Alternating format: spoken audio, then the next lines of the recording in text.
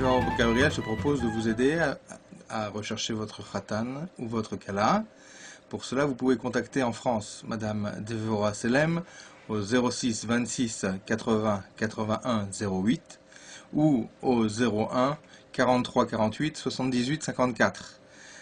Précisez votre nom, votre âge, votre numéro de téléphone sur la boîte vocale et quel niveau de religiosité vous avez, et on vous recontactera au plus vite. Bedrat Hashem, Be'atzlacha, et de bonnes nouvelles. Binyan Adéad.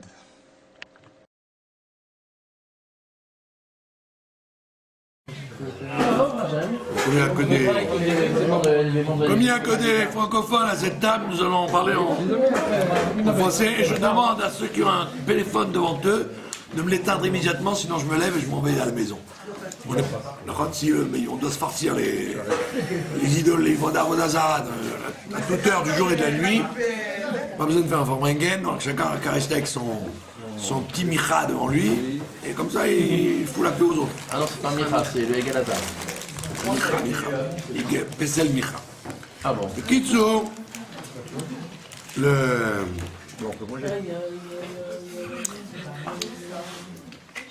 quand les Américains ont débarqué sur la Lune en Tafshin Kaftet 1969, une fois que le voyage à 1969, une fois que tout est rentré dans l'ordre, Il a dit que c'était pas fait, hein. on leur a bien expliqué que cette histoire-là coûtait des milliards de dollars à la NASA, milliards de dollars à Kipchoto, à l'époque c'était énorme, et que comme ça ne sert à rien, ça ne servira à rien ni pour la science, ni pour améliorer le monde, ni pour améliorer la médecine, c'est un problème de guerre psychologique entre les Russes et les Américains. Donc il dit que c'est chaval de faire un tel gaspillage d'argent. Et donc il dit la seule raison pour laquelle ce voyage a eu lieu, il dit c'est pour que je fasse une sikha. Les milliards de dollars ont été utilisés uniquement pour que lui puisse dire un enseignement, puisse servir dans la Vodat Hashem. Et l'enseignement, c'était qu'effectivement, quand on voyage dans l'espace, c'est-à-dire quand on commence à faire son élévation spirituelle, on monte vers la terre, vers le ciel, alors on entraîne avec soi des milliers et des milliers de choses qui sont pas forcément indispensables dans la Vodat Hashem. Et donc, à un moment donné, vient où on doit larguer quelque chose, et il se trouve qu'on largue le maximum, justement. Parce que ce qui reste du voyage, c'était la capsule. La capsule et tout le reste, qui coûte le plus cher, et qui est le plus lourd, et qui est le plus imposant, on s'en débarrasse, sinon le voyage ne peut pas continuer. Et il dit donc la même chose dans le service de Dieu. Quand on sert Dieu, il faut savoir que Dieu met à notre disposition tout un ensemble de forces et d'investissement, de moyens, mais qu'après, toutes ces choses-là, on doit s'en débarrasser. On doit arriver à voyager tout seul, sans avoir besoin de tous les à côté qu'il y a avec. Et donc c'était l'essentiel pratiquement des sirotes qu'il a expliqué. Il a beaucoup expliqué le sujet que la petite chose, la nekuda de la capsule, c'est ce qui reste en fin de compte, quoi. Donc on fait beaucoup d'avodat Hashem, on fait plein de choses qui sont spectaculaires, qui sont dans tous les sens. Mais en réalité, le but de la manœuvre, c'est d'atteindre un point particulier qui était la raison d'être de tout le système. Et donc ça veut dire que il y a des événements dans le monde qui se passent et on peut pas faire abstraction d'eux. À l'époque où les gens vivaient déconnectés de l'actualité, alors effectivement, s'ils étaient déconnectés de l'actualité, comme au siècle dernier, un journal n'apparaissait que quand il y avait des nouvelles. Quand il n'y avait pas de nouvelles, il n'y avait pas de journal. Donc les gens savaient qu'il y avait des nouvelles que quand il y avait un journal. Donc quand ils ouvraient un journal, c'était des guerres, des catastrophes, des nouvelles très importantes. Aujourd'hui, c'est le contraire, c'est que comme il faut que le journal il sorte, donc même s'il n'y a rien à dire, mais il se trouve que nous sommes dans un, comme elle dit la Shunamite, au milieu de mon peuple, j'habite. Ça veut dire qu'il y a des événements dans le monde qui se passent, et même si tu veux pas, tu es déconnecté, de l'actualité parce que tu n'as pas envie d'être submergé par toutes les informations qu'on veut te faire boire. Par contre, tu as brevet de toutes les informations qui ne servent quelquefois à rien dans la Avodat Hashem. Il y a quand même des choses pour lesquelles tu ne peux pas faire une impasse. Tu es obligé d'être confronté à ça. Et donc, on va essayer de comprendre, dans le principe de la Avodat Hashem, quel kécher il y a entre le fait que Ariel Sharon soit parti de ce monde, le Yud Shvat, comme l'avait prophétisé notre ami Binyamin.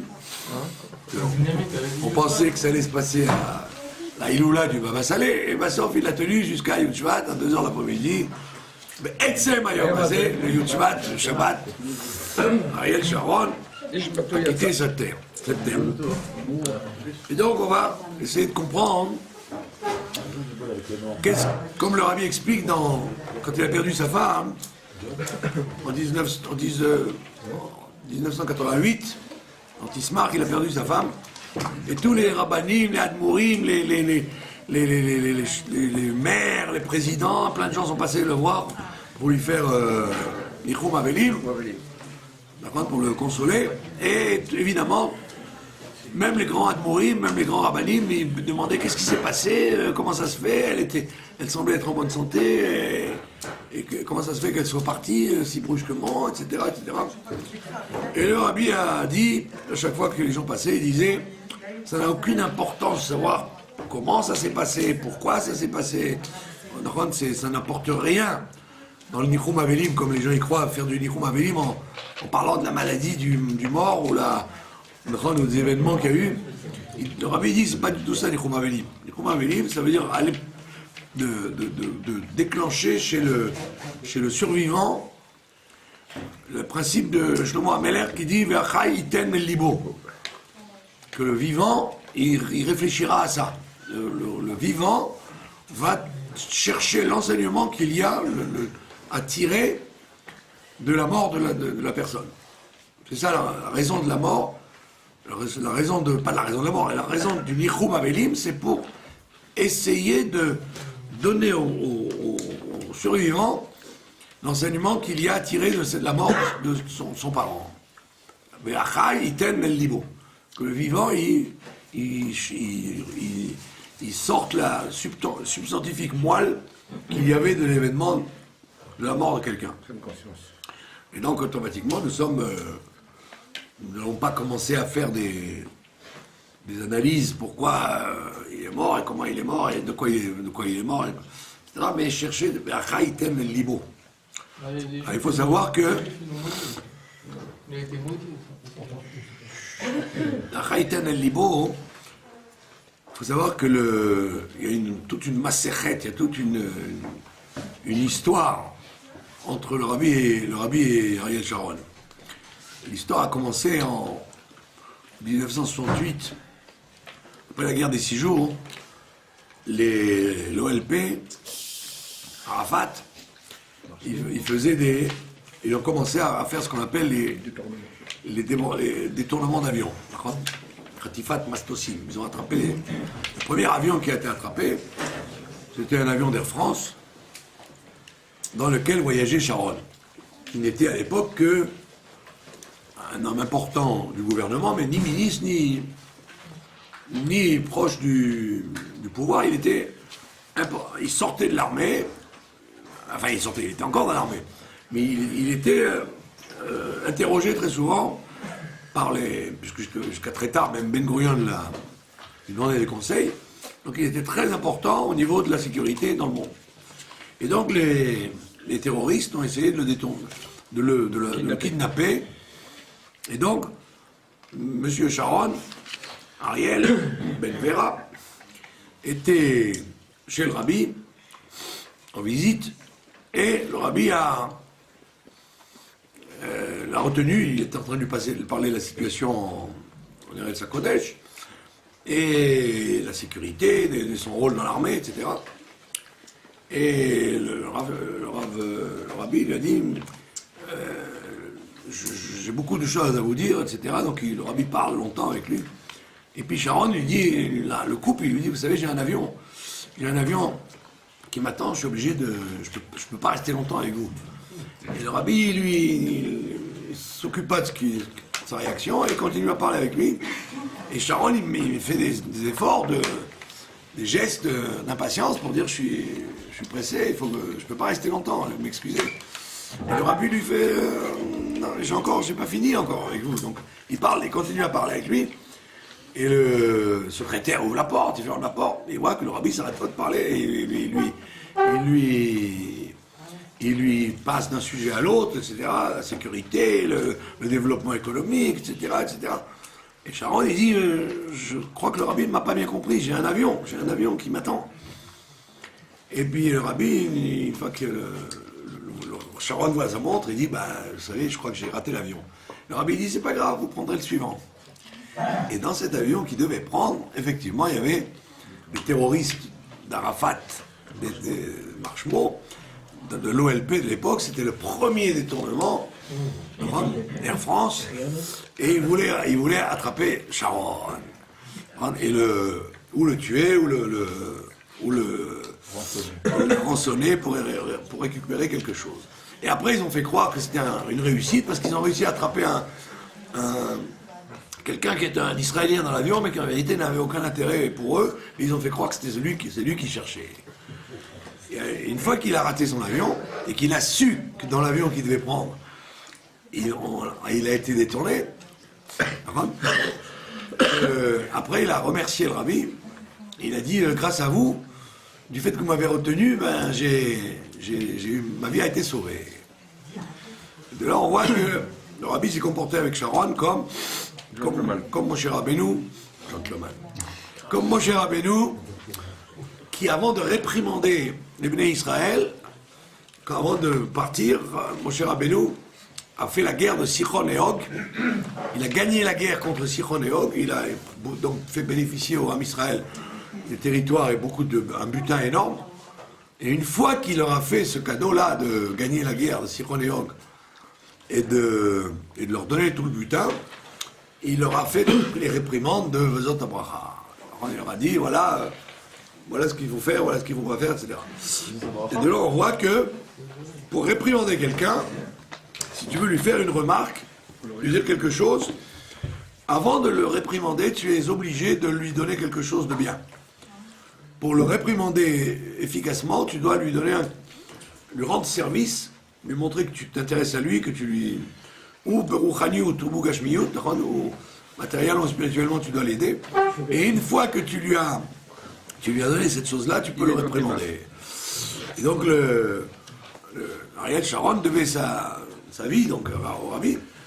Et donc, après, en 1974, quand il a quitté l'armée, il ne savait pas trop quoi faire. Et le rabbi lui écrit une lettre très, très, très, très virulente, en lui disant qu'il a fait des prouesses dans l'armée. Il ne précise pas que c'est grâce à lui qu'il a traversé la Théala, comme on connaît l'histoire de la guerre de Kippour, quand les Israéliens étaient en train de perdre la guerre, que le rabbi lui a dit de mettre les tefilines à tous les soldats qui devaient traverser le canal. En 1973, donc il y a eu une trêve, comme d'habitude, les Américains ont obligé à faire une trêve. Quand les Américains veulent pas comme ils veulent pas qu'on gagne, puisqu'ils veulent nous détruire, donc ils nous ont obligés à faire une trêve. Et les Israéliens, évidemment, ils ont arrêté la guerre. Et à ce moment-là, ça pataugeait devant le canal. Et donc Sharon a dit, on ne peut pas rester comme ça, il faut reprendre les combats. Si on traîne, ça va, c'est une défaite. Et le rabbi lui dit, très bien, il faut effectivement traverser le canal, il faut à nouveau attaquer. mais que les gens qui attaquent mettent les tefilines avant d'attaquer. Il y a eu un ordre militaire que tous les soldats qui devaient participer au combat de l'autre côté du canal devaient mettre les tefilines avant de partir. Et donc, après, les Israéliens ont à nouveau gagné. Et donc, c'est encore le rabbi qui était dans cette affaire de la victoire de Sharon. Et donc, quand vous écoutez les émissions, vous dites c'est un général magnifique, etc. C'est vrai, c'est un général magnifique. Mais il est probable que s'il n'y avait pas eu la campagne des tefilines, que, comme le rabbi a dit que quand les goïms verront les tefilines, ils auront peur de toi, c'est un pasouk dans Kitavo. Et donc, le fait qu'effectivement, les juifs ont mis des tefilines kshérot en traversant le canal, ça leur a permis, de toute évidence, de gagner la guerre. Et à ce moment-là, ce qui aurait dû être une défaite s'est transformé en victoire écrasante. Donc une fois de plus, Sharon a bénéficié des avantages des conseils du Rabbi pour faire de lui un gibor. Maintenant, quand il quitte l'armée, il voulait devenir chef d'état-major et le politique a empêché. Le politique a dit non, il est trop extrémiste, il ne vaut mieux pas qu'il soit chef d'état-major, laissons-le quelqu'un de marginal. Et donc lui, il a dit, bon, marginal, ça ne m'intéresse pas, donc je vais commencer à faire de la politique. Et le rabbi lui envoie une lettre très très importante, où il lui explique, en long et en large, en travers, que c'est interdit pour lui de faire de la politique. Il dit, autant en tant que soldat, vous êtes extraordinaire, en tant que politicien, vous ferez des choses qui ne conviennent pas du tout, donc si vous m'écoutez, ne rentrez pas dans la politique. Et malheureusement, le Yetzera, comme chacun d'entre nous le sait, le Yetzera étant très fort, de toujours vouloir faire quelque chose, même si c'est pas pour nous, Sharon n'a pas écouté, et donc il a été, comme dit ma marque, nous allons lire tout à l'heure du Pérec du Bati de Gani, qui nous concerne cette année, il est allé de déchi en déchi, d'aggravement en aggravement, la situation s'est aggravée. Et donc, on est arrivé à la situation de la guerre du Liban. La première guerre du Liban, où il a menti à Begin pour faire croire que tout allait bien alors qu'il y avait des morts tous les jours, qu'on était en train de perdre la guerre. Il n'a pas fait ce que le rabbi lui avait dit à l'époque, justement, de terminer très vite, de tuer Arafat et de terminer très vite. Et au lieu de ça, ils ont laissé la situation patauger, 4 ans. Et il a fallu que Shimon Peres, au moins qui serve à ça, arrête la guerre du Liban, qui était une catastrophe. Et juste après la guerre du Liban, une semaine après, a commencé la première intifada, en 85. Donc, première décadence, c'est de mentir à Menachem Begin, de lui faire croire qu'on était en train de la gagner, cette guerre, alors qu'on l'a perdue. C'était une catastrophe au niveau des morts, il y a eu énormément de morts. Et après, on connaît la suite, jusqu'à la fin dramatique, celle qu'on connaît, d'avoir mis des juifs dehors du Gush Katif, il y a 8 ans de ça. Et il faut savoir que à quelle date Arik Sharon a pris la décision de quitter le Gush Katif, c'était Yud Shvat. C'était Yud Shvat, 2 ans avant de tomber malade. Le Yud Shvat, il a fait une conférence de presse où il annonçait « Nous allons faire des sacrifices très terribles ». Et les gens ont dit « Ouais, bon, il exagère, quoi, c'est une parole forte, mais ça va pas mener loin ». Et c'était Yud Shvat. Yud Shvat, ouais, en parlant d'Yamid, etc. Yud Shvat, c'est intéressant parce que là, Yud Shvat, il a décidé de faire le retrait du Gush Katif. Et Yud Shvat, donc, on voit encore une fois, il s'en va. Maintenant, qu'est-ce que ça nous apprend tout ça? Ça nous apprend ce que dit le Baal Shem Tov, il dit que il y a des neshamot atoim. Des neshamot atoim, on a déjà parlé de ça plusieurs fois. Des neshamot qui errent. Ça veut dire qui prennent un chemin qui n'est pas le leur. Chaque neshama, il est venu sur terre pour remplir un rôle particulier. Et il arrive quelquefois qu'on soit une neshama atoa, c'est-à-dire qui prend un chemin qui n'est pas bon. Avec un tav, pas avec un tête. Pas neshamot atoot, neshamot atoim. Les gens Les Neshamot de gens qui prennent un chemin qui est pas qui se trompe, c'est justement ça, c'est pas une histoire de tromper, c'est une histoire d'errer, d'errance. On lit ça tous les matins dans la tefila de Valetzion, comme on dit là-bas, Viv dit lanu mina goim. Tu nous as séparés des gens qui errent dans des chemins complètement qui s'égarent. Alors maintenant, qu'est-ce que le Baal Shem Tov explique sur cette Torah-là de Neshamot Atoim? Il dit que ça veut dire, on parle justement, c'est avec un tav et pas un tête. C'est pas des Neshamot qui se trompent, c'est des Neshamot qui errent, qui prennent un chemin qui n'est pas celui qu'elles doivent prendre. Ça veut dire quoi? C'est-à-dire qu'une personne peut prendre un chemin qui est bon, qui est cachère, qui est juste, qui est dans la vérité, dans les mètres, mais qui n'est pas son chemin à lui. C'est pas le chemin que lui devait prendre. C'est-à-dire qu'il a pris une mission qui n'était pas celle qu'il devait prendre. C'est pas qu'il a fait une faute d'aller dans un chemin. C'est pas une faute, puisque dans ce chemin-là, il peut faire que des bonnes choses. Il peut lui arriver de faire que des bonnes choses dans ce chemin-là. Mais c'est pas ce chemin-là qu'on attendait de lui. On demandait de lui un autre chemin. Donc ça, et c'est le Baal Shem Tov illustre ça avec la fameuse histoire du cocher et du riche. Dans une ville, il y avait un monsieur qui était un cocher, qui vivait très durement, parce qu'il n'avait pas de parnassa, il faisait des courses comme ça, de voyager avec des gens, et il gagnait des courses comme un chauffeur de taxi, mais vraiment mal payé, très mal payé. Et par contre, dans la même ville, il y avait un homme très très riche, qui lui était propriétaire, qui avait des biens, etc. Et donc qui ne faisait rien, quoi, qui était rentier, qui faisait rien de ses jours, il cherchait simplement les loyers dans les immeubles qu'il avait. Et donc, il pouvait inviter tous les Shabbatot et toutes les fêtes des tas et des tas de gens qui n'avaient pas de quoi manger. Un vendredi matin, le cocher ne travaillait pas, il est resté au Beth Midrash. Et le riche, lui, il avait une course à faire, quelque part. Et donc, il pleuvait beaucoup, il y avait de la boue dans les rues. Et il a pris son carrosse et le voilati sorti de la ville. Et en sortant de la ville, il voit une diligence enfoncée dans la boue, avec les roues de travers, etc. Et il voit un cocher qui est tout seul avec cette diligence énorme, vide. Et il fait un signe au carrosse de s'arrêter.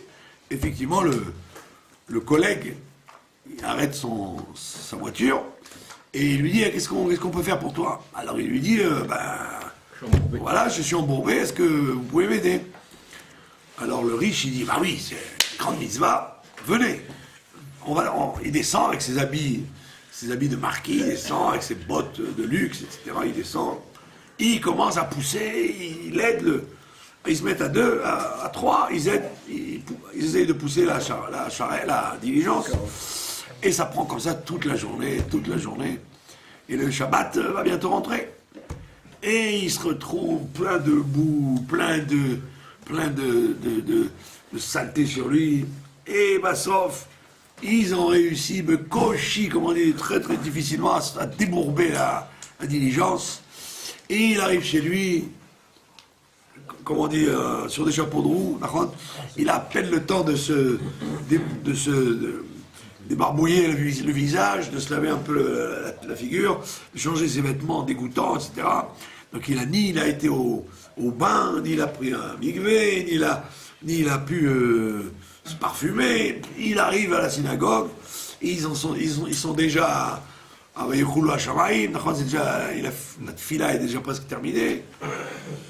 Et puis, il voit qu'il n'y a même pas de Knesset, tout est perdu, donc il prie chez lui. Et il commence à pleurer, en disant qu'est-ce que c'est que cette journée que j'ai passée, c'est terrible, pour aider ce pauvre diligencier, là, je suis... Et puis pendant ce temps, là, au Beth Knesset où il allait, il y a notre cocher, lui, qui est resté toute la journée.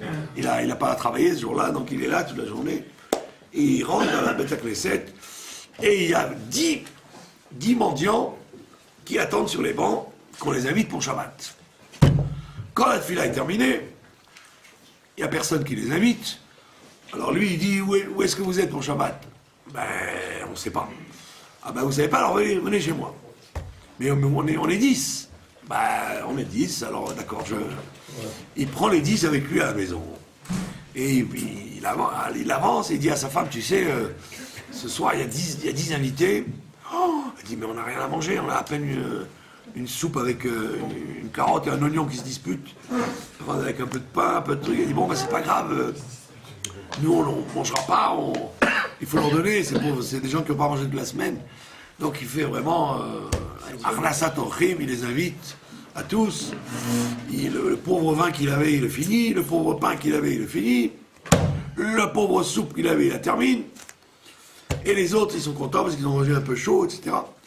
Et pendant ce temps, l'autre, le riche, il est à la maison en train de pleurer avec sa femme, avec une table pleine. Il n'a même pas d'appétit parce qu'il a raté sa journée. La table pleine, la femme me dit, bon, on va jeter tout ça. Tout ça, c'était pour les invités, mais il n'y a pas d'invités, donc on va tout jeter. Et voilà qu'après 120 ans, les deux quittent ce monde. Ils quittent ce monde, ils arrivent dans le jugement. Et on convoque le riche. On lui dit, qu'est-ce que tu as? Tu n'as que des srouillottes dans ta vie. Tu n'as fait que des choses bien. Tu as invité des gens, tu as de la tzedaka, tu as étudié la Torah, tu as un bon renom. Vraiment, c'est merveilleux. Mais il y a un petit défaut, un petit problème. Ah bon? Eh oui, ce petit problème va te faire revenir en Gilgoul. Ah bon? En Gilgoul, comme je disais tout à l'heure, Gilgoul c'est pire que le Guéhinom. Oui. Gilgoul, tu es obligé de revenir dans un corps. C'est une tristesse pour la Neshama, c'est horrible. Il lui dit, pourquoi je dois revenir en Gilgoul? Qu'est-ce que j'ai fait? Il dit, voilà, il y a 50 ans de ça, tu te souviens peut-être pas, mais un vendredi, tu es sorti avec ton carrosse. Et au lieu de... Quand tu es passé devant la diligence qui était embourbée, tu aurais dû dire, ça ne me concerne pas. Moi, je ne connais rien je ne sais pas débourber une diligence, c'est pas mon métier. Je vais rentrer en ville, je vais peut-être payer un spécialiste, un professionnel, mais moi, je n'ai rien à faire avec ça. Au lieu de ça, tu es resté toute la journée dans la boue à essayer de pousser la calèche du monsieur. Et quand tu es arrivé chez toi, il y avait 10 pauvres qui t'attendaient, ils n'ont rien à manger parce que tu étais occupé avec une autre mitzvah. Et à cause de ça, tu es obligé de revenir en Gilgoul parce que tu dois réinviter ces 10 personnes que tu avais ratées ce jour-là. Et ta mitzvah, c'est magnifique, tu as fait une mitzvah extraordinaire, tu as aidé un juif à pousser une diligence. Mais c'est pas pour ça que tu es venu sur terre. C'est une mitzvah, tu as un grand route. Mais ça, on t'a rien demandé, on t'a pas demandé de pousser une diligence, donc tu vas revenir en Gilgoul. Alors que tu as fait une mitzvah. Pas que tu as fait une chose fausse. Tu as fait une chose extraordinaire, mais c'était pas ça qu'on t'a demandé. Et il revient en Gilgoul à cause de cette histoire. C'est ce qu'on appelle Neshama à toi. Pareil, l'autre, on lui dit, bravo, c'est extraordinaire, ce que tu as fait toute ta vie, tu as été gentil, tu as été bon. Et voilà, ce Shabbat, tu te rappelles ce Shabbat? Il y avait 10 personnes que tu as invitées Shabbat, mais tu as fait un problème avec ta femme, parce qu'il n'y avait rien à manger. Et tu aurais dû comprendre que ce n'est pas ton boulot d'inviter des gens, toi tu n'es pas fait sur terre, tu n'es pas venu sur terre pour faire un Asatochim, puisque tu n'as pas les moyens. Donc tu vas revenir, et tu vas revenir et on va te mettre devant la diligence de l'autre, parce que c'était à toi de pousser la diligence, parce que c'était ton métier. Et bien que tu aies fait une mitzvah magnifique, d'inviter 10 personnes, tu vas revenir en Gilgoul à cause de ça. Donc le Baal Shem Tov explique que c'est ce qu'on appelle les Neshamot Atoim. Les gens qui viennent sur Terre, pour une mission, et qui sont embarqués par des fois leur gentillesse, ou leur générosité, il y a plus forte raison, si c'est pas la etc., à faire quelque chose qui ne les concerne pas. Et donc le Rabbi dit que ce Baal Shem Tov, c'est très actuel, puisque chaque Neshama doit savoir où elle en est. Elle doit savoir que c'est pas parce qu'elle fait une bonne chose que ça s'appelle forcément sa mission sur Terre. comme le rabbi précédent explique dans un Mahamar de d'Avresh Pebet, en 1922, il explique que toutes les mitzvot, elles ont la définition d'une mitzvah, c'est d'être limitée. C'est d'avoir une limite, un début, une fin. À partir du moment où une mitzvah n'a pas de limite, elle ne s'appelle pas une mitzvah. Et il dit quel exemple? La tzedaka. Il dit la tzedaka, on doit la faire d'après l'ordre de Dieu et pas d'après son cœur. Il y a des gens qui font la tzedaka d'après leur cœur. Ils disent tiens, cette personne m'a fait de la peine, je lui ai donné de l'argent. Mais espèce d'idiot, c'est pas la tzedaka ce que tu as fait. Tu as fait d'après ton cœur, c'est pas la mitzvah. Donc tu as gaspillé de l'argent, et des fois c'est pas ton argent en plus, des fois tu vas prendre de l'argent pour dépanner quelqu'un d'autre, alors qu'en vérité tu as fait ça par bon cœur.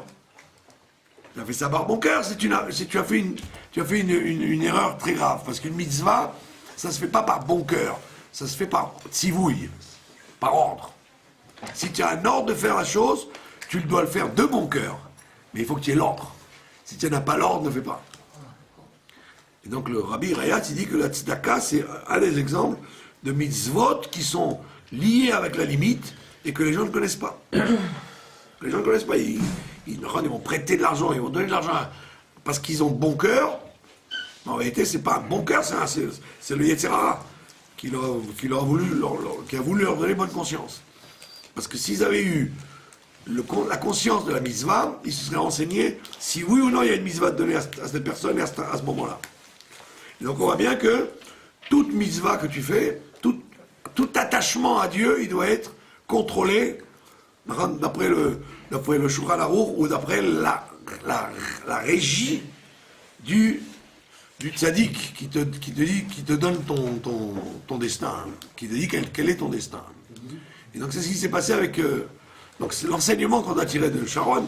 Donc effectivement, lui, tant qu'il était dans sa vocation de militaire, donc il a fait que des bonnes choses.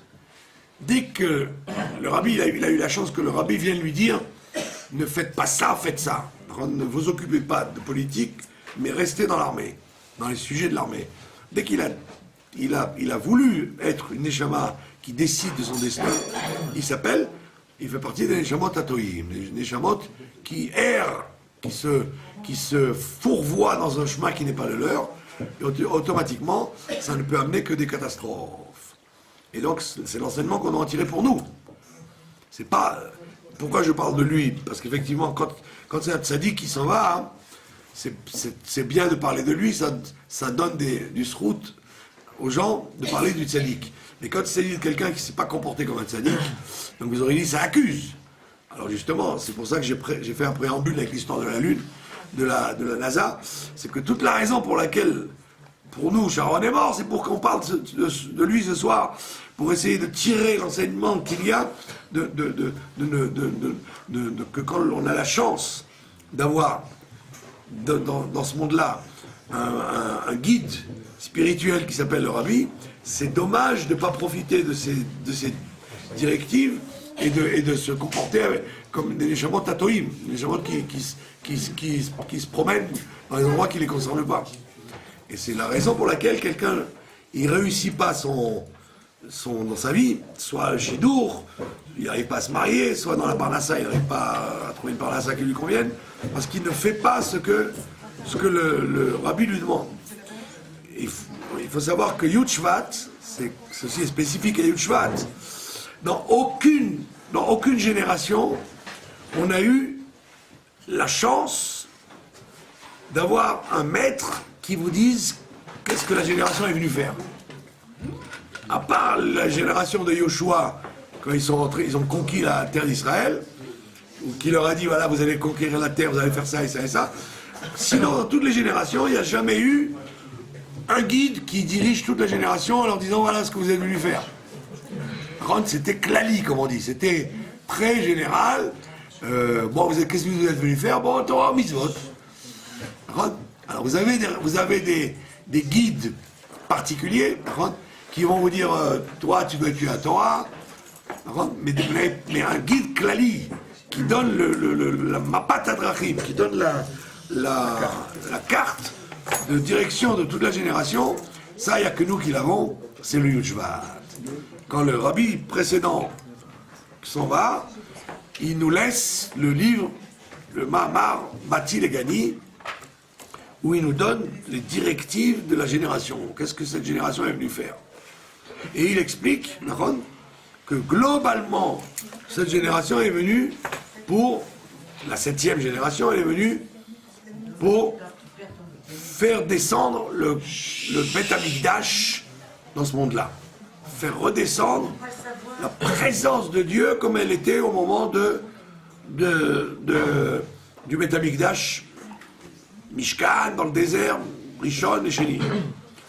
Mais quelle est la différence entre, dans ce que dit le rabbi précédent dans son Mahamar, dans le premier chapitre du Bati Legani, il explique que au début, la Shrina était dans le Gan Eden, c'est-à-dire sur terre, et avec les fautes de Adam Arishon, et de Caïn et Abel, et de Enoch, et des 7 générations qu'il y a eu, la Shrina a quitté les 7 cieux, et grâce aux 7 Sadikim, Abraham, Yitzhak, Yaakov, Lévi, Kehat, Amram, Moshe, elle est redescendue des 7 cieux jusqu'à ce monde-là, physique, avec le Mishkan de Moshe Rabbeinu.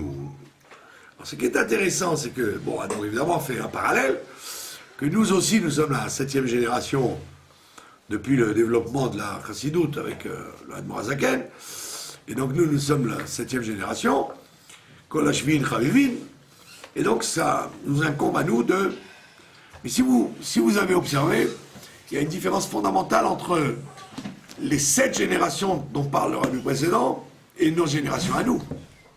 C'est que dans le Mahamar du Rayatz, il ne parle pas des générations qui ont fait redescendre la Shrina. Il a parlé d'individus. Abraham, Yitzhak, Yaakov, Lévi, Kehat, Amram, Moshe. C'est des individus qui ont fait redescendre par leur travail la Shrina sur terre.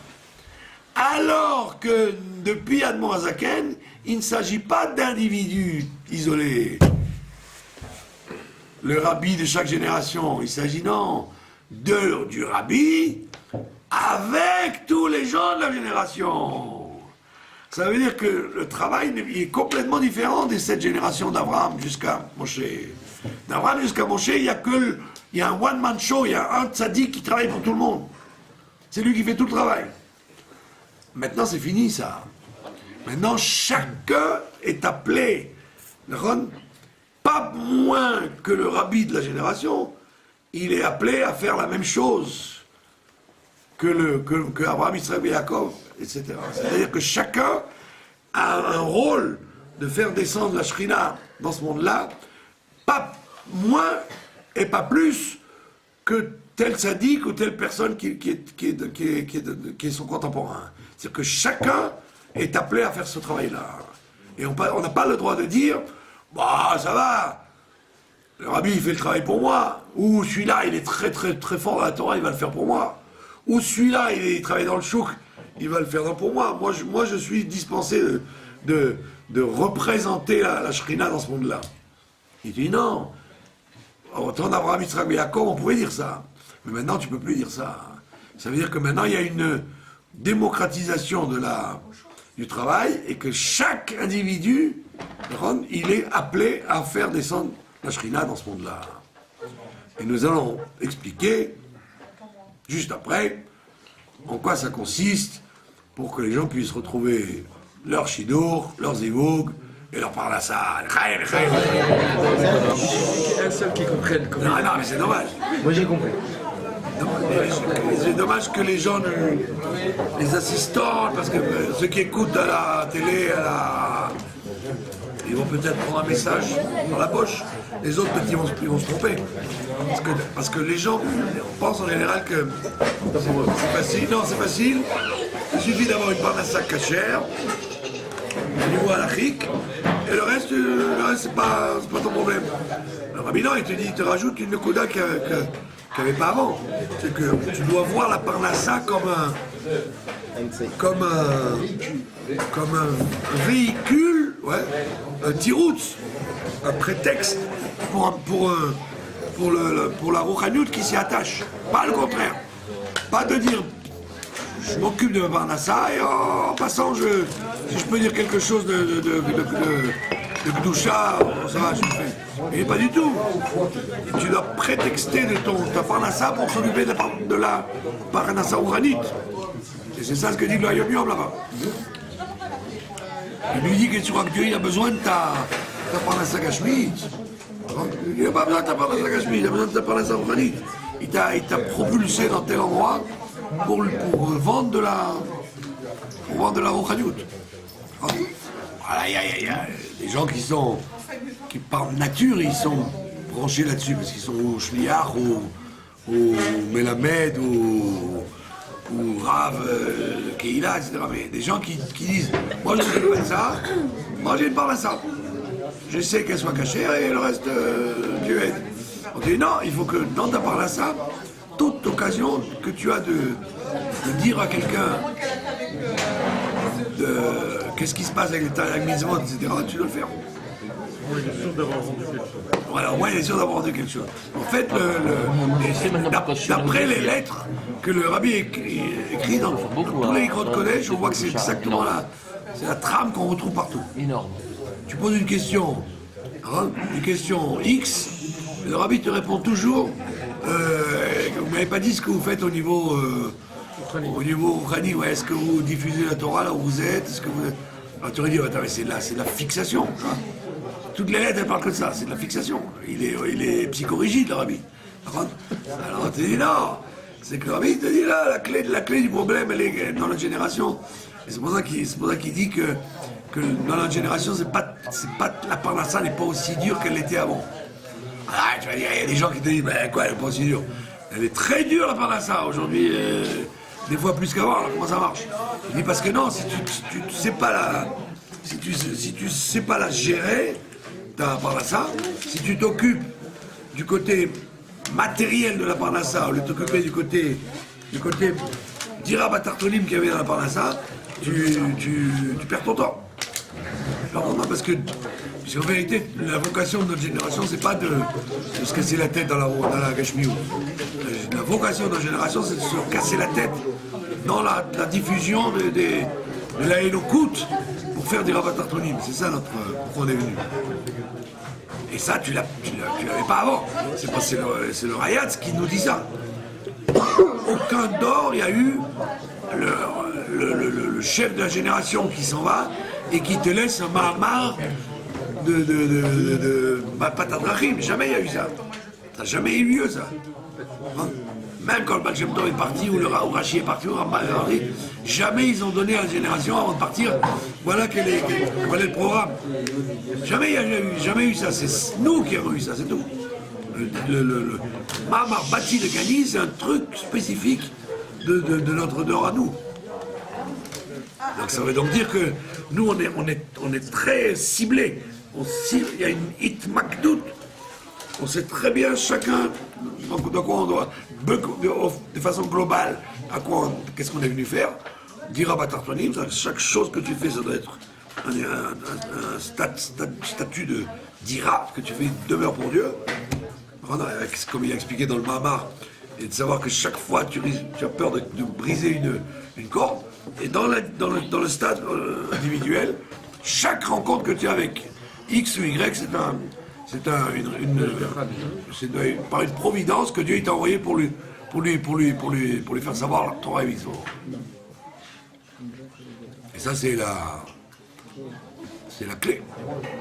Il y a plein de gens qui ne croient pas, qui ne comprennent pas ça. C'est pour ça qu'ils ont problème pour trouver leur zigou ou trouver leur... C'est pour ça qu'il faut toujours, comme un commerçant, quand il se promène, un représentant, il a toujours avec lui sa petite valise, où il dit, voilà, écoutez, voilà, j'ai ça. Toi aussi, tu vas toujours avoir en tête un bon vort, un petit mot que tu vas lancer à ton directeur, à ton client, un petit mot avant de partir, quoi.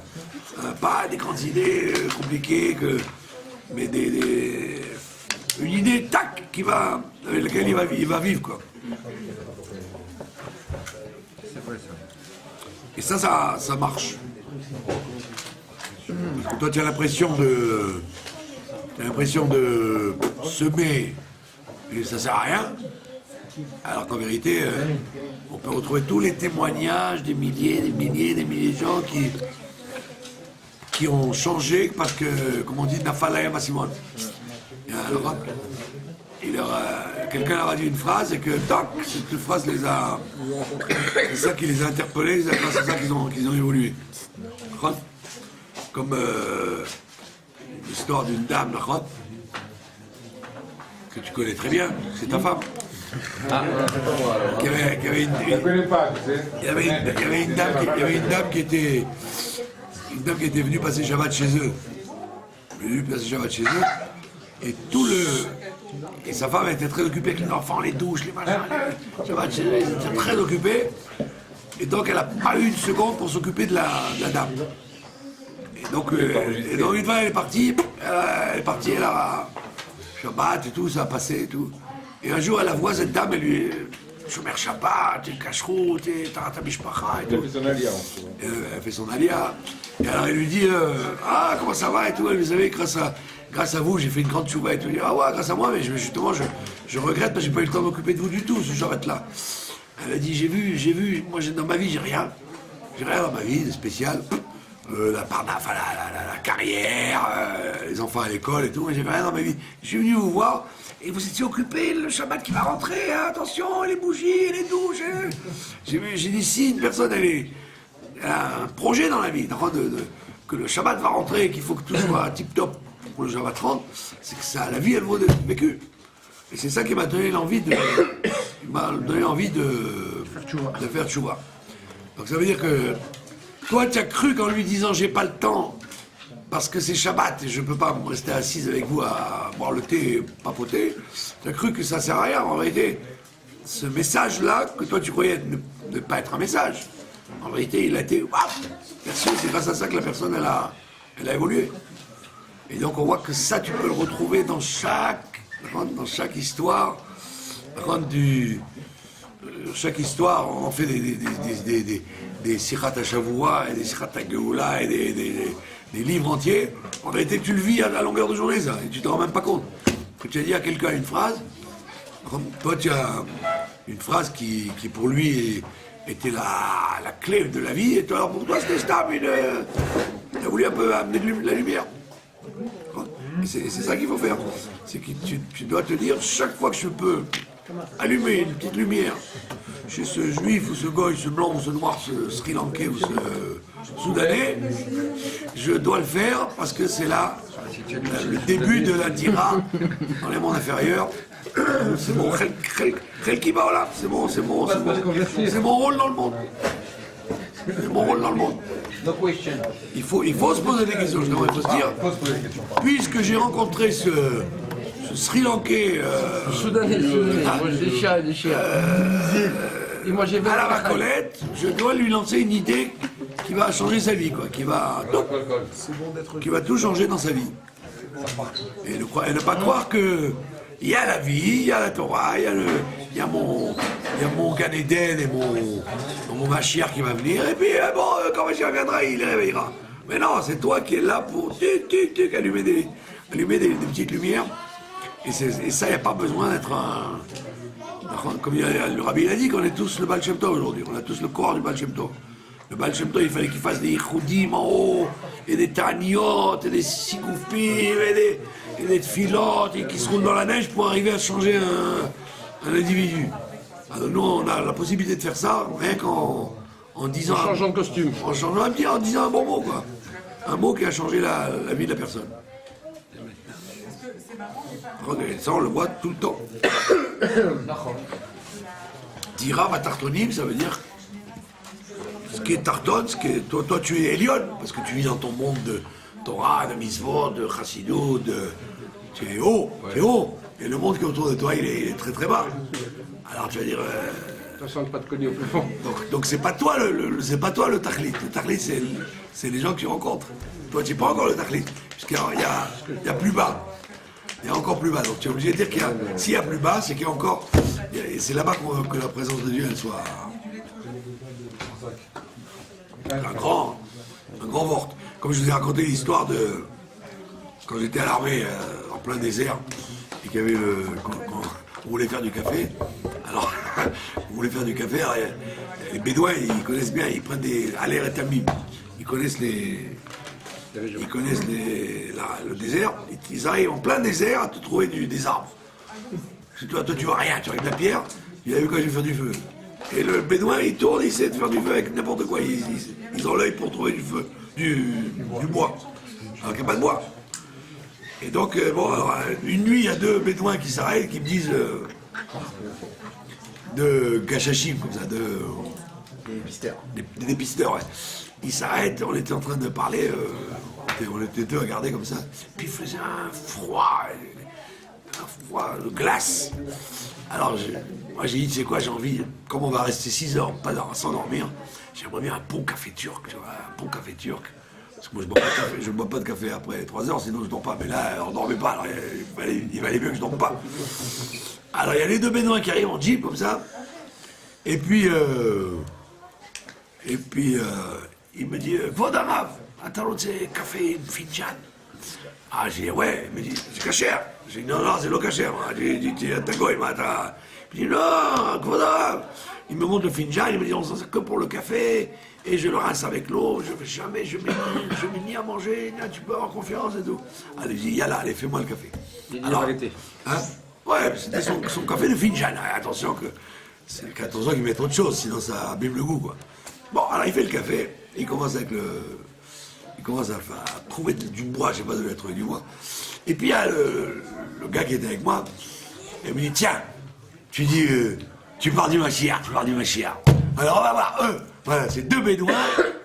On va voir ton Mashiach si. Alors les deux Bédouins, ils amènent le café dans le désert, comme ça sentait une bonne odeur de café turc, comme ça qui monte. Il me sert comme ça avec le. Alors l'autre il lui fait, nous, la Guinli. Alors le Bédouin il dit, qu'est-ce qu'il y a? Ouais, qu'est-ce qu'il y a? Il dit, dis-moi, il me parle du Mashiach. Celui-là, ce religieux-là, ça fait 3 heures qu'il me parle du Mashiach. Il dit, c'est quoi ça le Mashiach? C'est Rabbi Milubavitch. Le Bédouin, il dit, alors moi je me mets à rire, ah moi j'ai pas parlé du Rabbi, j'ai parlé de Mashiach. Et le Bédouin, c'est lui qui lui dit, mais quoi, je dis pas, toi tu es juif, tu sais pas que c'est le...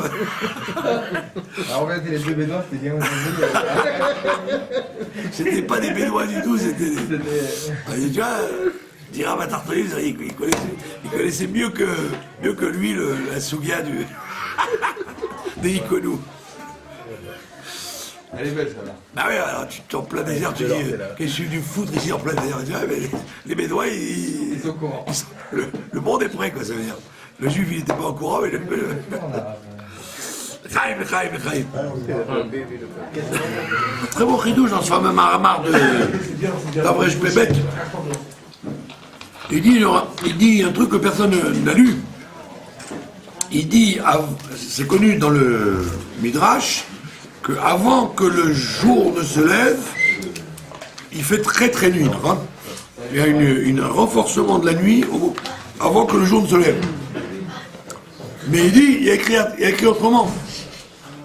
Il y a un autre texte où il dit, avant que le jour ne se lève, le sommeil est plus fort chez tout le monde. Il dit que tout le monde est attrapé par le sommeil, pas qu'il fait plus nuit. Il fait pas plus nuit, mais le sommeil vous attrape plus avant que le jour se lève. Et ça, on le dit jamais. On dit toujours oui. Sachez que juste avant que ma chère vienne, l'obscurité sera plus forte, parce qu'avant que le jour ne se lève, l'obscurité est plus grande. Il dit non, avant que l'obscurité ne se lève, avant que le jour ne se lève, les gens ont plus envie de dormir. Donc quand tu dis nous sommes endormis, c'est effectivement comme ça que ça doit être. Il y a une. C'est pas la nuit, juste le matin quand on se lève, le sommeil.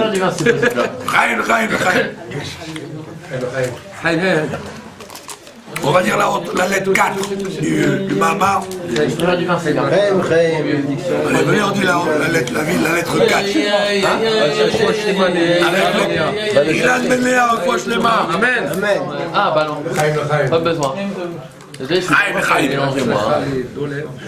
Je vous ai écouté Shabbat, j'en ai fait, Rav, c'était pas terrible. On y va. Il y a du sucre. Du sucre.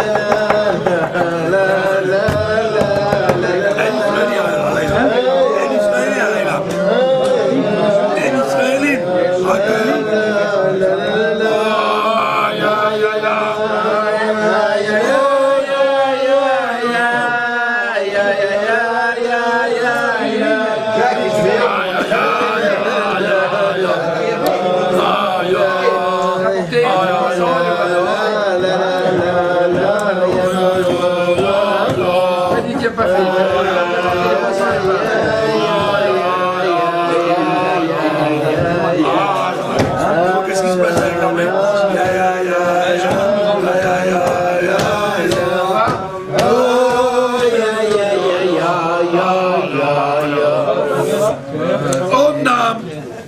אמנם זה שהנפש הבהמית מכסה על הנפש האלוקית והיינו הרוח שטות. Le fait que la nefesh, l'âme animale recouvre l'âme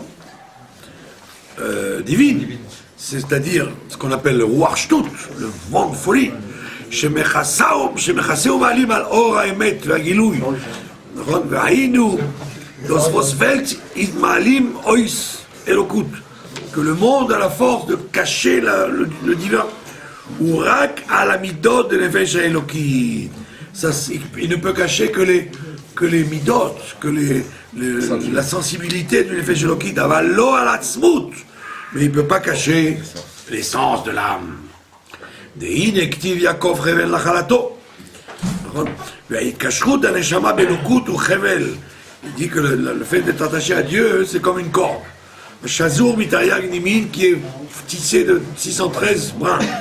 והחבל הוא הנשמה עצמה. La corde c'est la neshama. ונשמתו של האדם הוא החבל מקשרו באלוקות. נכון? Et donc, c'est quoi qu'est-ce qui relie la neshama avec la elokut? C'est les 613 mitzvot. C'est ça qui fait le חבל. ולזאת הנשמה עצמה שזורה מתרי"ג ונימין, וגידי איתה בספר של בינונים פרק נ"א דעה הנשמה כלולה מתרי"ג כוחות. La neshama elle a 613 forces en fait, fonctions. וטעם הדבר הוא דאמרו רז"ל, חייב אדם לומר בשבילי נברא עולם.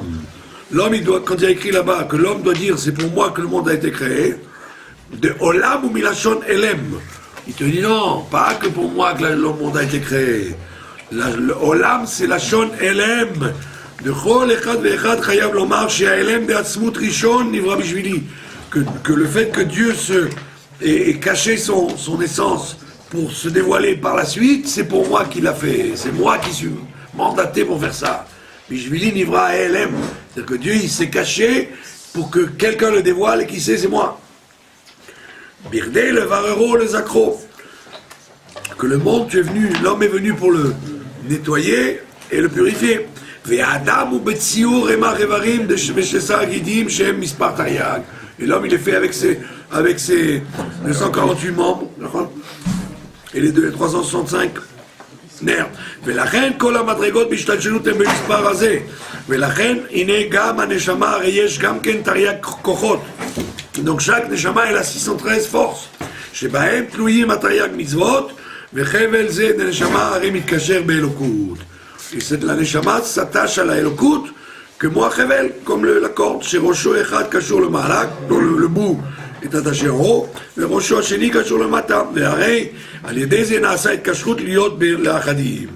Et c'est pour ça qu'on a la force de s'unifier avec Dieu par les 613 mitzvot et pas autrement.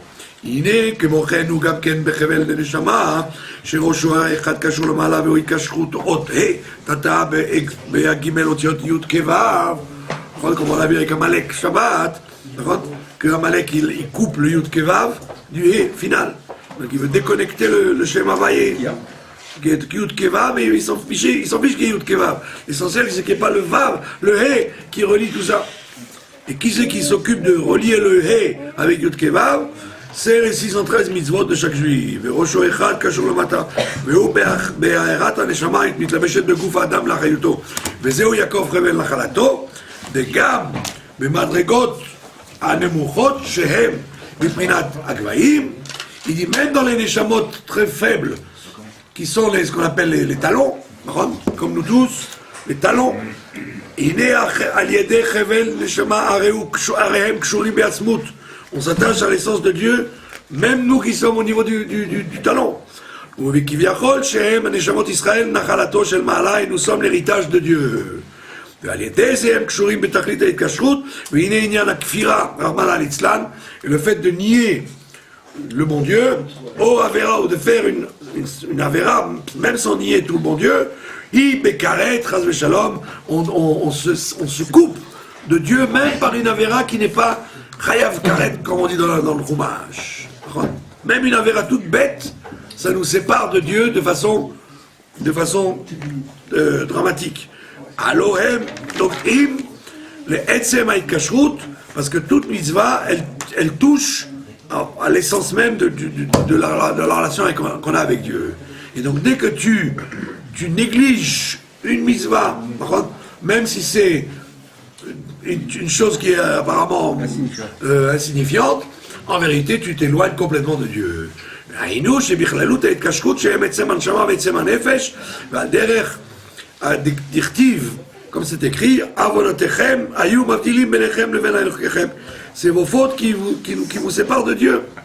Et לאלוקיכם פירוש אלוקה שלכם, qui vous sépare de votre Dieu. אלוקיכם, c'est-à-dire que chacun il a son attachement personnel avec Dieu. C'est pas parce que l'autre il va faire la mitzvah pour toi que toi tu es attaché. Si toi tu te détaches, c'est pas grâce à l'autre que tu vas te rattacher. Mais Yadoua, c'est vrai que l'essence de l'âme, rien ne peut la détacher. C'est pour ça que quand il y a quelque chose qui touche à l'ensemble de son lien avec Dieu,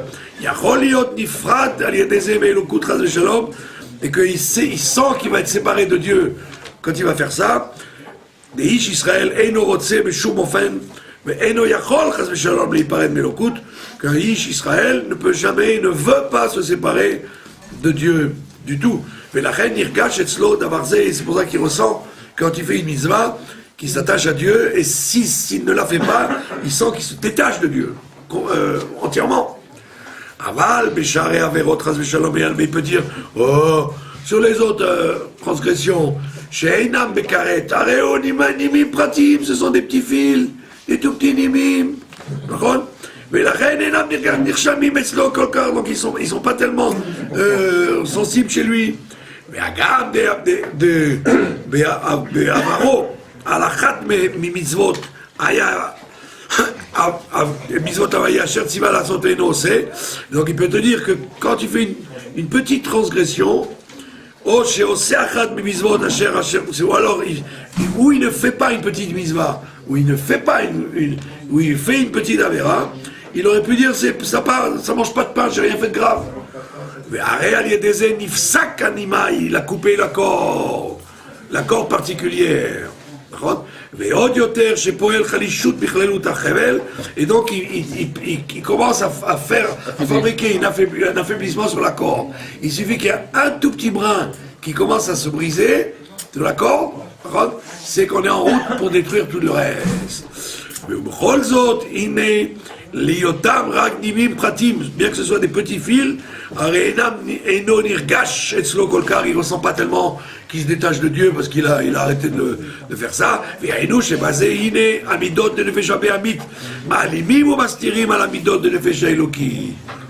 C'est ça ce qu'on appelle donc le fait d'avoir des sentiments très forts en ce qui concerne l'animalité, ça cache automatiquement les sentiments de l'amour de Dieu.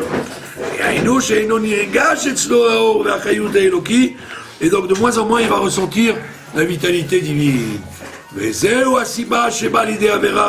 pour ça qu'il en vient à faire des avérotes, parce qu'il a le sentiment que qu'est-ce que c'est une petite corde, un petit fil. C'est rien qu'un petit fil, donc il a rien enlevé de la corde. Et donc il se dit, puisque j'ai pas enlevé mon attachement avec Dieu, parce que c'était une toute petite fil, je ne vois pas pourquoi je vais me gêner.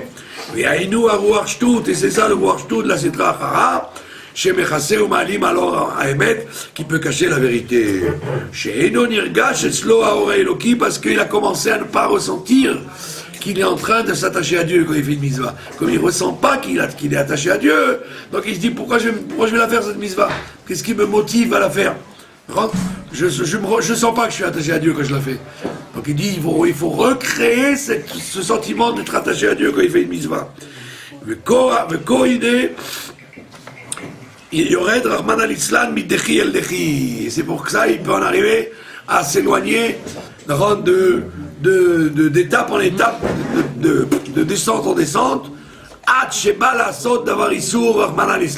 jusqu'à ce qu'il soit capable de faire une chose interdite complètement. Veo mitzad Ruach Shtut, et c'est ce qu'on appelle Ruach Shtut. Donc voilà le chapitre qui nous concerne cette année, puisque c'est le chapitre 4 du Mahamar Batilegani. Donc on voit bien que, comme j'ai dit tout à l'heure, nous sommes la seule génération qui a eu un manig qui donne exactement le programme de la génération. Qu'est-ce que chacun doit faire? Donc on te dit, tu dois... Et c'est pour ça qu'il a partagé ça en plusieurs lettres, pour que le travail soit compréhensible. Donc il te dit, tu dois faire descendre sur terre la Shrina, c'est ton travail. C'est pas le travail du rabbi ou des chassidim ou des gens intelligents et des gens tzaddik. C'est le travail de chacun, même de l'idiot du village. Il a la même responsabilité de faire descendre la Shrina, quel que soit son titre, son statut et même s'il croit qu'il est un simple figurant dans le grand film, il doit savoir qu'il n'y a pas de figurant. Il est aussi important que le rabbi ou que le grand rave de tel coin, de tel quartier. Il n'y a aucune différence. La preuve, c'est que s'il fait partie des Neshamot HaToim, il est capable de revenir en Gilgul au même titre qu'un tzaddik, que n'importe qui peut revenir en Gilgul s'il n'a pas terminé son travail. Donc lui, s'il fait partie des Neshamot HaToim, des Neshamot qui font pas le travail qu'on leur demande, même si elles font des mitzvot, il peut en arriver à revenir en Gilgul avec ça. Alors le rabbi dit effectivement qu'aujourd'hui on n'est plus censé revenir en Gilgul, on est censé terminer en beauté, en happy end, ce qu'on a à faire. Et c'est pour ça que ça prend du temps, parce que il arrive quelquefois que, avant que les gens ils arrivent à comprendre quel est leur tafkid sur terre, ils vont tourner, ils vont faire plein de tentatives qui vont les amener à des catastrophes avant qu'ils trouvent leur vraie vocation. Alors maintenant, on va répondre à la question du départ. Puisqu'on a compris que Ariel Sharon, le pauvre, Alav Shalom, c'est pour ça que je dis Kaddish pour lui, parce que si je compte sur ses fils, eux-mêmes, je crois qu'ils mériteraient qu'on dise Kaddish dès qu'ils soient vivants. Et malheureusement, donc il nous a enseigné ce soir que c'est le principe des Neshamot HaToim, et que c'est très très embêtant. À l'époque, du Baal Shem Tov ou du David Ameller, etc. Et les gens, ils pouvaient avoir une neshama qui prend un chemin qui n'est pas bon, mais personne n'était là pour leur dire. D'accord ? Ou autant de Rashi, autant de Rambam, personne ne savait que Rashi ou Rambam, c'était lui la neshama qui donne les directives à tout le monde. Donc ça veut dire qu'on était livré au hasard des choses. Alors que maintenant, dans notre génération, à nous, on n'a aucune excuse. On est très avantagés puisque nous, on nous donne de façon générale quel est le travail de notre génération, de faire descendre la Shrina dans ce monde-là. Et en plus de ça, le rabbi dit à chacun ce qu'il doit faire. Pour ne pas être une neshama qui erre, qui se promène pour rien. Et donc maintenant, quelle est donc la clé pour le shidour et pour le parnassa et pour la réussite? C'est qu'en vérité, il y a deux Hayom Yom qui se complètent. Il y a deux petites Torahs de Hayom Yom. Tout le monde connaît le livre d'Hayom Yom, qui a l'air d'être un livre de petits proverbes sympathiques, donc qui est en vérité un livre extrêmement profond de clés que le rabbi précédent donne pour chaque jour et que le rabbi a mis en ordre, a classé en fonction du calendrier. Et donc quand on compare les deux Hayom Yom, on voit qu'ils se complètent. Il y a un Hayom Yom qui dit que la clé de la Parnassa se trouve dans le fait que le métier qu'on va faire, que l'occupation qu'on va avoir, elle doit être entièrement purifiée de tout risque d'interdiction halachique. C'est-à-dire de vérifier que le métier qu'on va faire, il est entièrement cachère, il n'y a aucun safek, il n'y a aucun doute, comme un récipient, il doit être bien nettoyé avant de cuisiner dedans. Donc on doit vérifier que le métier qu'on fait, il est cachère. Et même d'un doute au niveau de l'interdiction, il faut s'en éloigner de peur que ce ne soit pas un métier cachère. Ça, c'est un Hayom Yom qui dit ça. Maintenant, il y a un autre Hayom Yom qui raconte une histoire d'un diamantaire qui avait des problèmes le parnassa, qui ne savait pas comment faire pour vendre ses diamants. Et le Rabbi Maharaj lui a dit, va dans tel endroit et occupe-toi de vendre de la spiritualité. Vends de la rouchaniout. Alors le diamantaire, il répond au Rabbi Maharaj, il lui dit, tu es gentil, mais moi je t'ai posé une question de comment gagner ma vie, comment vendre mes diamants. Et toi tu me réponds que je dois vendre de la rouchaniout, je dois vendre des mitzvot, je dois vendre de la Torah. Alors le Rabbi Maharaj, il lui dit, et c'est ramené dans le Hayom Yom, il lui dit, le fait que tu sois diamantaire, c'est en vérité un prétexte pour aller vendre de la spiritualité. Pas comme tu aurais cru que tu es diamantaire, et puis en même temps, tu peux jeter un petit mot de temps en temps de Shabbat, de Torah. Non, tu vas être envoyé chez cette personne-là pour lui parler de Torah, pour l'influencer sur quelque chose de Torah, pour changer sa vision des choses dans la Torah et la faire avancer. Et parallèlement, tu vas lui vendre un diamant aussi. Ça veut dire que ta shlichut. Ta shlichut, c'est pas de vendre des diamants. Ta shlichut, c'est de lui parler Torah.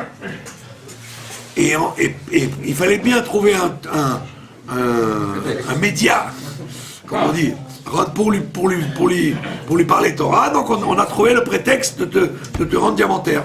Sinon jamais tu aurais pu parler avec lui, puisque si ce n'était pas diamantaire, il t'aurait pas reçu.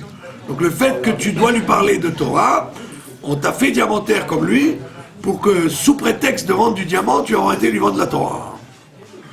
Et donc, ça veut dire qu'il y a deux aspects dans comme le Rabbi Rayatz, il inaugure dans son bâti de Gali, Il dit qu'on est venu sur terre pour travailler le Nefesh, Elokit, Nefesh Abahamit.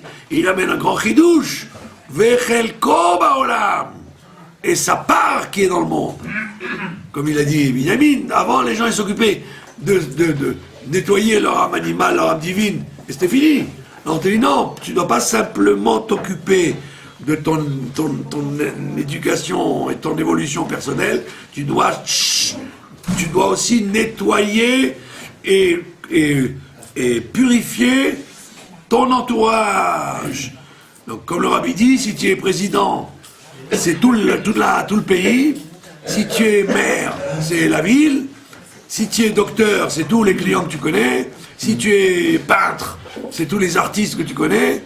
Donc, le chelek que tu as dans le monde, ça, c'est la vie qui le sécrète. Tu n'as pas besoin de t'inventer un chelek baolam. Tu as obligatoirement un chelek dans Olam.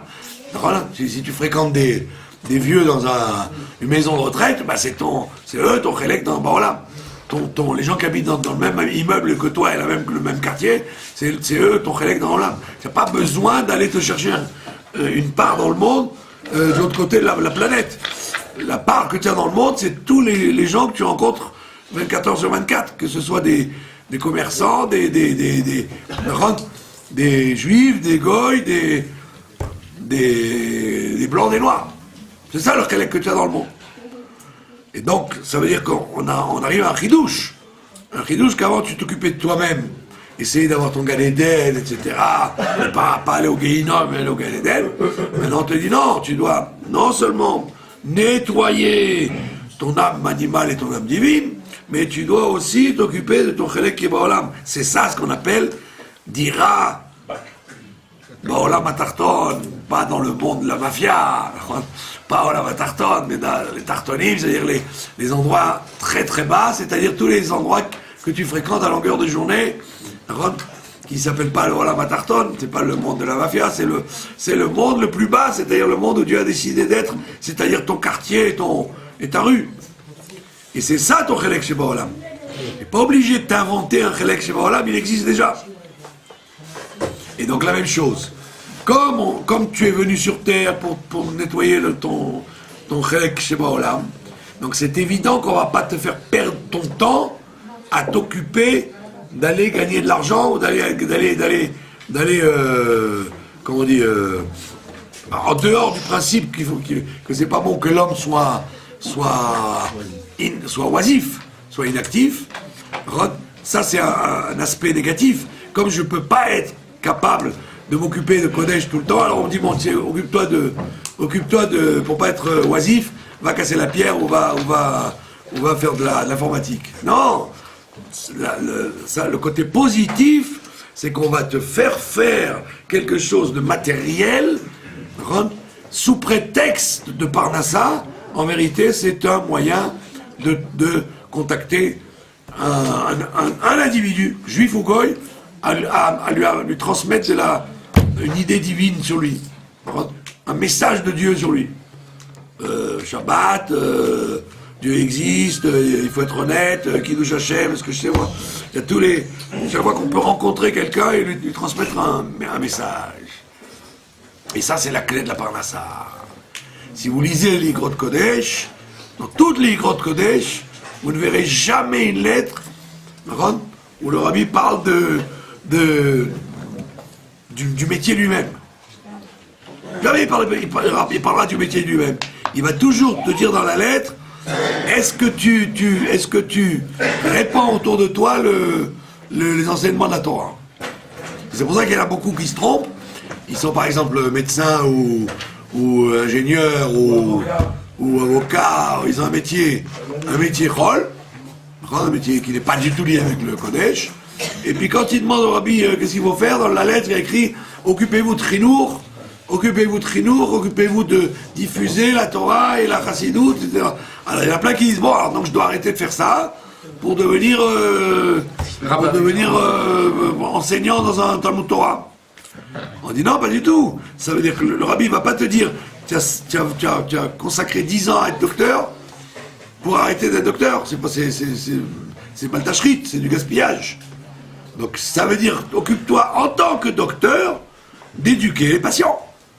C'est pas parce qu'un type il vient te voir parce qu'il a une maladie ou qu'il croit qu'il a une maladie que ton contact avec lui doit s'arrêter là. Ton contact avec lui doit être accessoirement de lui conseiller des médicaments et principalement de lui glisser un message de Torah dans la tête. Comme disait le rabbi à propos des 7 mitzvot de Bnei Noach, il a parlé à un groupe de riches, il a dit vous êtes des hommes d'affaires en Amérique, et vous devez donc, avec tous les goïms que vous rencontrez, vous devez leur parler des 7 mitzvot des Bnei Noach. C'est des goïms, donc il faut leur enseigner ça. Et ils ont répondu, ah vous comprenez, nous on n'a pas le temps, on fait des affaires avec eux, on a d'autres chats à fouetter que de leur parler de pas manger verminacha et de pas... Alors le rabbi il a dit, quand il s'agit de faire des affaires, vous trouvez bien le temps de le faire. Or toute la raison pour laquelle le bon Dieu il vous a amené pour les rencontrer, c'est pour leur parler des Sheva Mitzvot des Noirs. Et accessoirement faire des affaires avec eux. Mais parce que vous êtes là pour faire une demeure de Dieu dans ce monde-là. Alors tu ne fais pas une demeure de Dieu dans ce monde-là en étant businessman, cher. Parce que tu vas être un bon businessman, ok, tu vas donner la tzedaka. Mais ça s'appelle pas une dira. Tu n'as pas fait de ça une maison pour Dieu. Tu t'es servi un peu de l'argent que tu vas gagner pour entretenir des synagogues ou des yeshivot. Mais c'est pas toute ta vie qui devient la demeure. Alors qu'on t'a dit que toi, tu dois faire la demeure. Pas aider à ce qu'il y ait une demeure extérieure. Donc ta vie, ça doit être une demeure pour Dieu. Donc c'est-à-dire dans tous les chemins que tu as, là où tu vas, les gens que tu fréquentes, automatiquement, la raison d'être de ta fréquentation ne doit pas être le côté financier ou technique ou pragmatique, quel argent je vais sortir de lui, etc. Mais ça doit être quel message toranique je peux lui mettre dans la tête. Qu'il soit juif, noir, goy, etc. On s'en fiche de son origine. Ça doit être ça ta vocation. Tu dois lui parler en visant que par-delà le côté Parnassa en passant ou le côté Kroll, soi-disant qu'il y a là-dedans, tu dois y mettre un côté de dira batartoni, de faire descendre la présence de Dieu dans le truc. Et c'est là la clé de la Parnassa et du Zivoug, etc. En vérité, tu dois automatiquement marier l'un et l'autre, et sinon, tu es en train tu fais partie des Neshamot Atoim, tu es en train d'errer, tu vas dans un chemin qui n'est pas le tien. On t'a pas fait venir sur terre pour simplement dire moi je m'occupe de mon Gan Eden, de mes enfants, de ma femme, etc. Mais non, tous les gens que je rencontre, ça m'intéresse pas du tout. Qu'est-ce qu'ils vont devenir? On te dit mais si tu les as rencontrés, c'était pas simplement pour travailler avec eux ou pour leur fournir un service. C'était parce qu'on veut que tu les fasses changer, qu'eux-mêmes ils deviennent une demeure pour Dieu. Goy ou juif. Goy ou juif. Et donc c'est ça c'est ça tout le sipour de Dira Batartoni, mais c'est ça tout le sipour de Neshamot Atoim. Et donc la mort de ce pauvre Sharon donc doit nous interpeller. Parce qu'en fait, cet homme-là, il aurait réussi sa raison d'être s'il était resté soldat. Le fait le rabbi lui a dit de ne pas faire de la politique et qu'il a fait, il est rentré dans le guédère des Neshamot Atoim, des Neshamot qui vont dans un derrière qui n'est pas le leur. Et donc ça doit nous interpeller chacun, puisqu'on on est au courant de cette histoire-là, et on sait que le rabbi était très proche de lui. Donc si ça s'est passé, que ça a échoué lamentablement, c'est que justement nous devons nous mettre dans notre expérience dans chaque jour, savoir que chaque fois que j'ai une rencontre avec un individu ou une expérience quelconque, je dois éviter de revenir en Gilgoul. C'est-à-dire, si une personne, je la rencontre, c'est parce que je dois terminer avec elle la raison d'être, c'est-à-dire de la rendre une dira, une demeure pour Dieu. Et pas me dire, bon, c'est pas mon travail de faire ça. Moi, je m'occupe de lui. Si je suis plombier, je fais la réparation et je rentre chez moi. Maintenant, lui mettre les filines à ce type-là ou lui apprendre que Dieu existe, ça je laisse faire quelqu'un qui va un jour le rencontrer. Mais non, si on t'a mis devant lui, c'est pour le réveiller là-dessus aussi. Donc il y a Ratson qu'on ne soit pas des Neshomot Atorim, et c'est comme ça qu'on réalise le principe du Yud Shvat.